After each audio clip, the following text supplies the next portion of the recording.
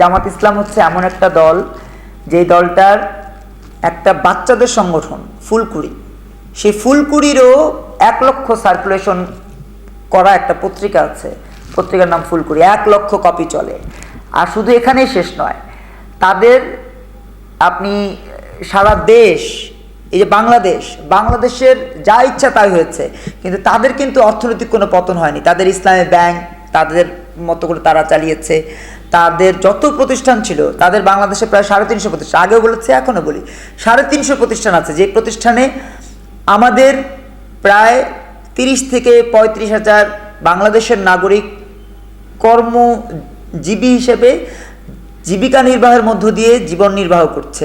এই যে প্রায় 35 থেকে 50 হাজার আপনার রিজার্ভ তাদের কর্মী আছে, সেই কর্মীরা তো কখনোই ঘুমিয়ে যায়নি। এরা আগেও এই চরম রকমের দুঃসময়ও ছিল, এখন তো আরও বড় পরিসরে তাদের আসার সম্ভাবনা আছে। কিশোর কণ্ঠ নামে একটা পত্রিকা আছে, যদি আমি ভুল না করে থাকি, তাদের সার্কুলেশন এখন বর্তমানে 15 লক্ষ। রাস্তায় নেমেছিল কত লক্ষ, আপনারা যদি একটু ভালোভাবে দেখেন, সারা দেশে শিক্ষার্থী নেমেছিল মাত্র 10 লাখ অনলি। শিক্ষার্থীদের পাশে আমরা যারা সাধারণ মানুষ তারা নেমেছিলাম, যে কারণে এটা একটা বড় পরিসর তৈরি হয়েছে। তো 15 লক্ষ পরে কিশোর কণ্ঠ, যে কিশোর কণ্ঠ ছাত্র শিবিরের মুখপত্র, সেই মুখপত্র পরে 15 লক্ষ, আর রাস্তায় নেমেছে 10 লক্ষ, আরো 5 লক্ষ লোক তো ঘরে রিজার্ভই ছিল। জামাত শিবিরের কি ভূমিকা ছিল এই আন্দোলনে? অবশ্যই ভূমিকা ছিল, এখনো আছে, এখনো ভূমিকা আছে। আর এই শিক্ষার্থীদের এই আন্দোলন তো তারা ছাত্র শক্তির নেতৃত্বে ছিল। আপনারা জানেন কিনা বাস্তবতাটা এমন যে তারা নাহিদ ইসলাম, সার্জিস আলম, হাসনাত আবদুল্লাহ বা অন্য যারা সবাই একদম টপ টু বটম ছাত্র শক্তির নেতাকর্মী, সবাই।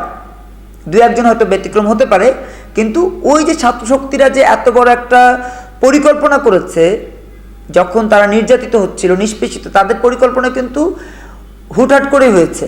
আমাদের বাঙালি জাতি হুজুগে জাতি, আপনারা জানেন যে 52 ভাষা আন্দোলন বলেন, 71 মুক্তিযুদ্ধ বলেন, আমরা কিন্তু সবসময় আমার ভাই মরেছে তাহলে আমিও জীবন দিতে যাব, এমন একটা তাদের কিন্তু আন্তরিক, ভাইয়ের প্রতি ভাইয়ের আন্তরিকতা থাকে। যে কারণে যখন এমন একটা পরিকল্পনায় আসলো, ছাত্রশক্তি যখন এই প্ল্যানটা তারা বাস্তবায়ন করছে, তখন ছাত্র শিবির, ছাত্র দল এবং অন্যান্য যে ছাত্র ফেডারেশন এবং ছাত্র ইউনিয়ন, তারাও কিন্তু বিভিন্ন সময় এদের সাথে বিভিন্নভাবে সহমত পোষণ করেছে।